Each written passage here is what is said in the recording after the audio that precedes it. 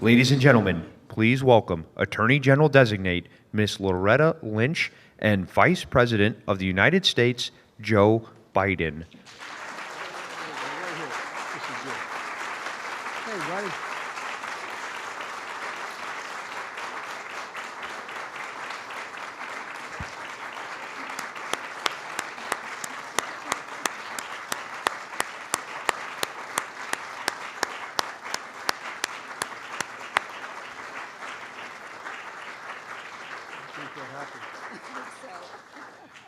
Please, everybody, have a seat. General, the first time I came into this room, I had just turned 30. And I was a young United States Senator, and it was in the Nixon administration. And I remember walking in this building and thinking as a young lawyer, the majesty of this place and how much we all rely on it for all of our basic rights and protections. And your whole family's here today. I hope you'll forgive, as we used to say in the Senate, a point of personal privilege, but it's so glad to meet you. I'm so happy to meet your dad. Dad, stand up. I want everybody to see you.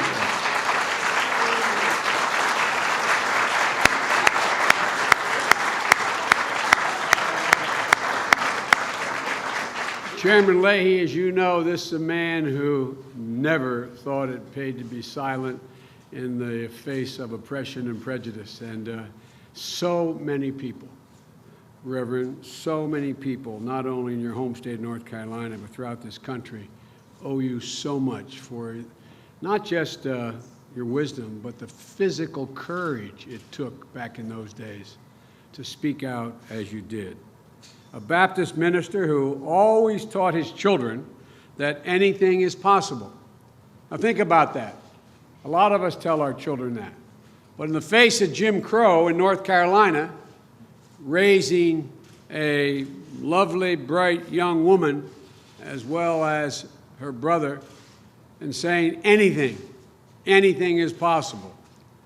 And the truth of the matter was, he not only taught it, he fought for it, and but he also, as I understand, made it clear they had to work for it too.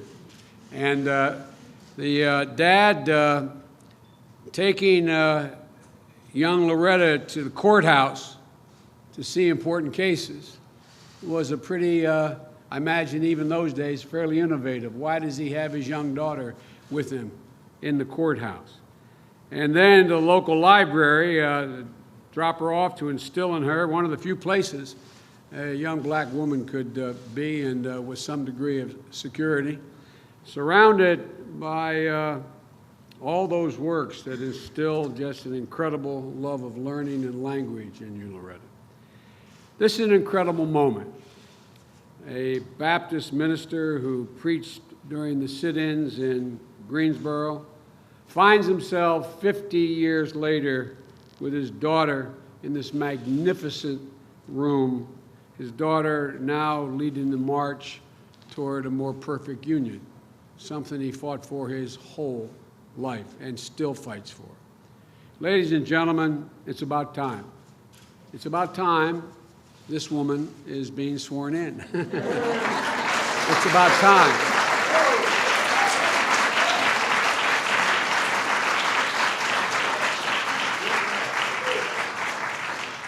Mary Harris, remember what she used to say? I'm tired of being tired. Well, we got tired of this wait, but you showed such grace and such humility during this whole process, General. This is a woman who is incredibly qualified, just like Eric Holder, who I've known has been my close friend for years and years and years. I mean, over 30 years. And he's among, in my view, one of the finest attorney generals we have had. He has been in this environment of such political hostility. He has stood his ground on principle. He has never yielded, and he has been right.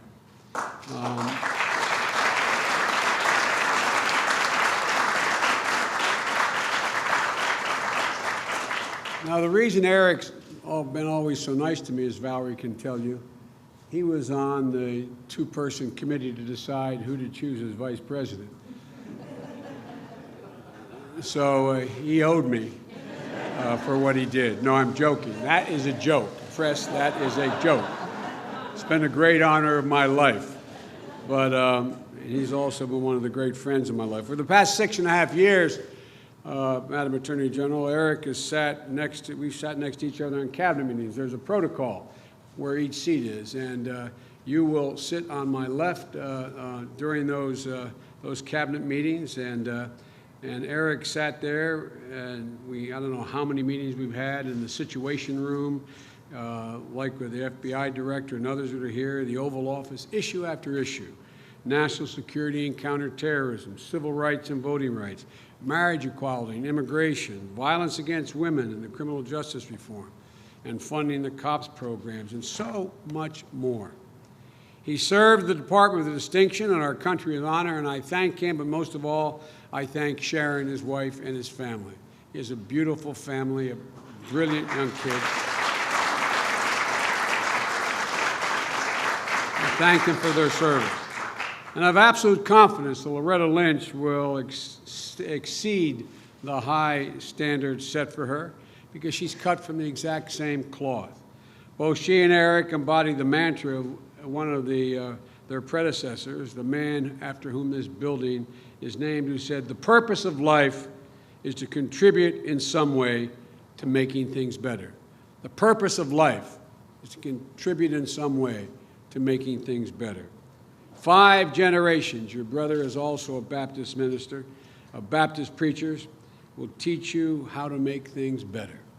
And as I read, your dad always taught you to stand up for what's right, speak out for what's just, get up when you get knocked down, and move on.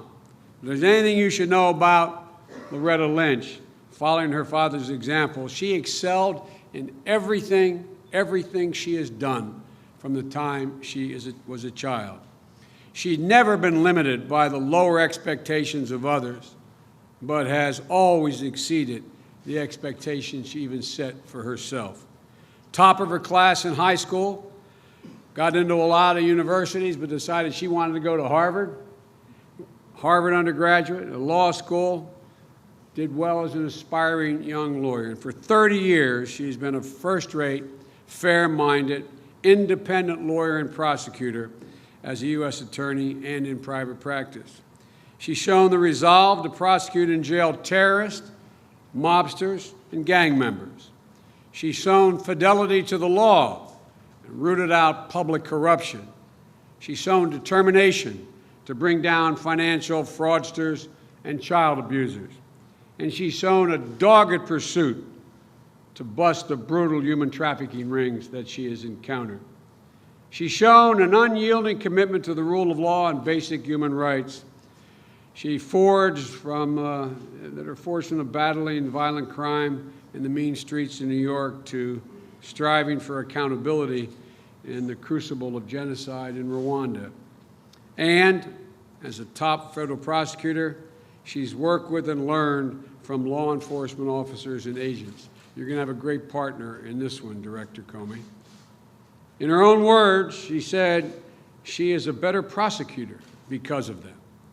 So she has unimpeachable credibility to strengthen relations between law enforcement and communities that serve and protect. Folks often say that I trust those people, Patrick's heard me say this many times in public life, who arrive at the right decision not through an intellectual examination of the argument, but arrive at the right decision when it starts in their gut, goes to their heart, and is articulated by a fine mind. That's who this woman is. That's how Loretta gets it right. And the President and I can't wait to start working with her. Her priority will remain using every tool available to disrupt attacks against our homeland and to bring terrorists to justice. She'll enhance the department's capacity to combat cyber attacks and cyber crimes. She'll continue to pursue and prosecute those who prey on the most in need of our protection. and she'll continue to lead with her humble yet fierce determination to stand up for what is right, do what is just, and not yield to anyone. I will close with this. I imagine being the daughter of an English teacher and librarian, the daughter of North Carolina, Maya Angelou's words have never been too far away from Loretta and her thinking. Maya Angelou once said, in her straightforward manner, she said, "If someone shows you who they are, believe them. If someone shows you who they are, believe them."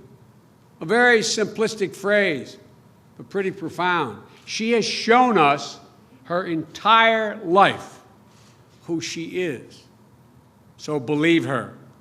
I believe her, the President believes her, and all the people in this department will believe her.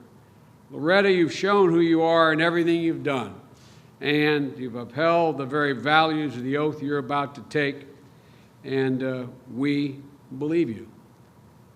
To the staff of the United States Department of Justice, you're the best of the best. And with Loretta, you again have the best of the best as your leaders. All of the qualities she brings to the job of Attorney General are because of what she's learned as a federal prosecutor. She's one of you. She is one of you. To the American people, we're blessed with another remarkable public servant to lead this department. And with that, Loretta, I'm now going to swear you in as the Attorney General of the United States of America. Would your husband come forward, and Dad, the whole family come on up here. And the way we're going to do this, you want me on the left, on this side? All right. Okay. All right. And you're going to stand here, Loretta, I believe. And your husband will stand in the middle of your dad, and husband are going to hold the Bible. And what I'm going to ask you to do, come on, Steve. All right, I want you to put your left hand in the Bible and raise your right hand. I, state your name.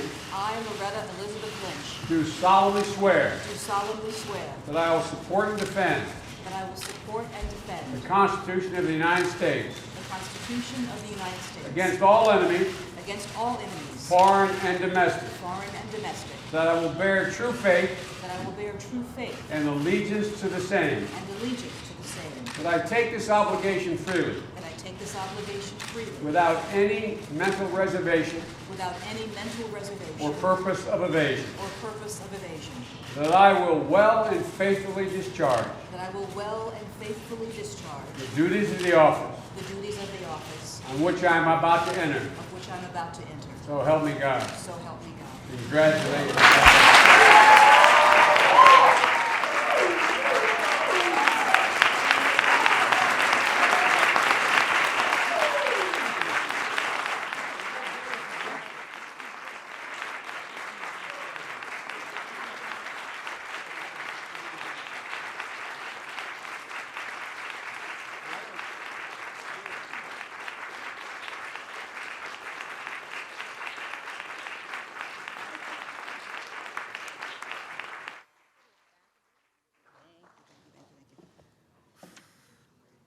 Well, here we are. I have to say, as I look out on all of you gathered here today, it seems like such an understatement to say that my heart is full. But it is. It is full of the most deep and profound gratitude that I have felt in quite some time. And I must, of course, thank so many people who made it possible for me to stand here before you today. First and foremost, I have to thank the President for his faith in me and asking me to lead the department that I love to even greater heights. And Mr. Vice President, thank you for your presence, for your comments here today, but also for your steadfast support and your wise counsel through this process. And it's been quite a process. But I also have to thank Senator Schumer and someone who's here today as well, Senator Leahy. Thank you so much for being here, but also for your support, not just today, but over the years, and for doing, frankly, what I thought was impossible, making the floor of the United States Senate a welcoming place for me and for my family. Thank you, sir. Thank you so much. And of course, thanks to my wonderful family. As you can see all around you, we are quite the force multiplier. And many of you have come to know my father throughout this process. He has been at every hearing and every vote. But he didn't just start now.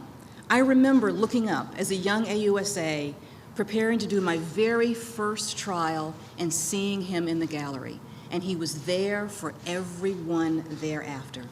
He has encouraged me in all things, even when my choices were not the ones that he would have made for me. And in that, he has been the best of fathers, and I thank you.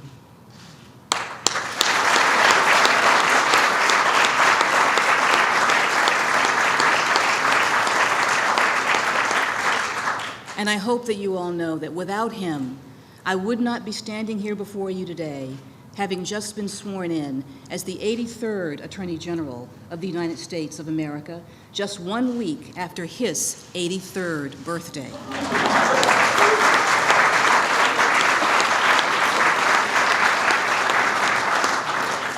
And of course, my mother, who could not be here today, but who is never far from my thoughts or from my heart. My mother grew up in a world where she was always told what she could not do or whom she could not be, but she always knew that she could soar.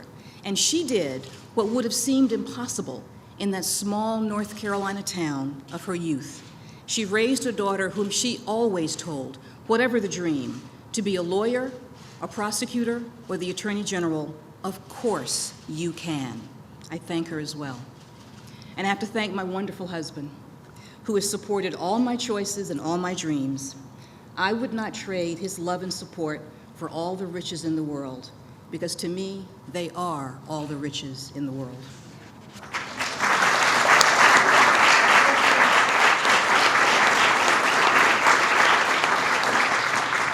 Tremendous thanks also to my colleagues and friends here in the Department of Justice, in the Eastern District of New York and beyond.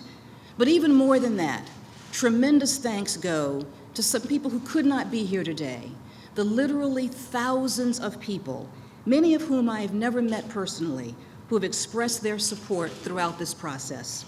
From the sisterhood of my sorority and all the Greeks who came together, to the churches and the schools who wrote letters and made calls, to people on the street who stopped me and sometimes said just a word or two.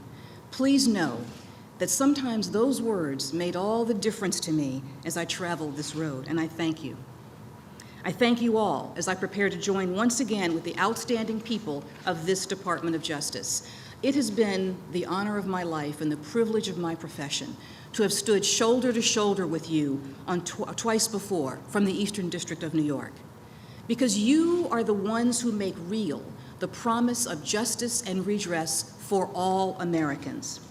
I am honored beyond words to step into this larger role today as your Attorney General as we continue the core work of our mission, the protection of the American people. Now, all of us here at the department are here because at some point, and maybe we were just a little girl or a little boy, we said, I want to be a lawyer. I want to be a law enforcement officer. I want to be a federal agent. I want to be someone's hero. At the heart of that, for me certainly and for all of us, whether attorney or agent, staff or principal, is the desire to leave this world a better place for us having been a part of it. And the challenge in that, for you, for me, for all of us that love this department and love the law, is to use the law to that end. To not just represent the law and to enforce the law, but to use it to make real the promise of America, the promise of fairness, the promise of equality, of liberty and justice for all. I've been reminded recently that we're all just here for a time, whether in this building or even on this earth. But the values that we hold dear will live on long after we've left this stage. It's our responsibility, it's our mission while we are here to breathe life into them, to imbue them with the strength of our convictions and the weight of our efforts. I know that this can be done because I'm here to tell you, if a little girl from North Carolina We used to tell her grandfather in the fields to lift her up on the back of his mule so she could see way up high, Granddaddy. Can grow up to become the chief law enforcement officer of the United States of America. We can do anything.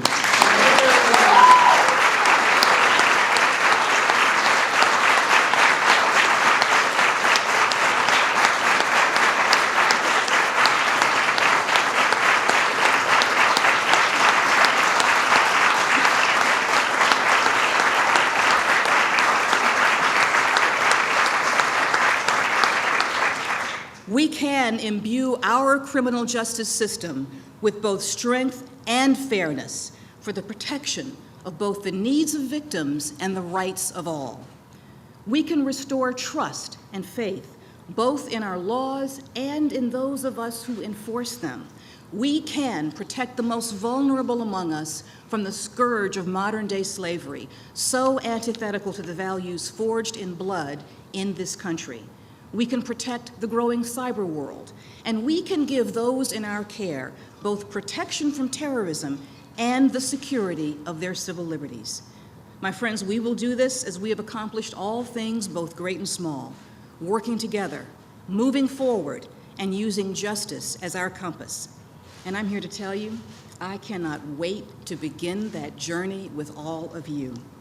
I want to thank you all for being here today, not just here in this room, but in my life over the years.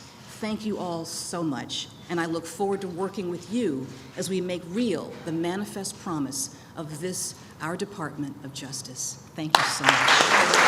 Great job. I'm sure Eric warned you. I'm deeply involved in violence against women and cops.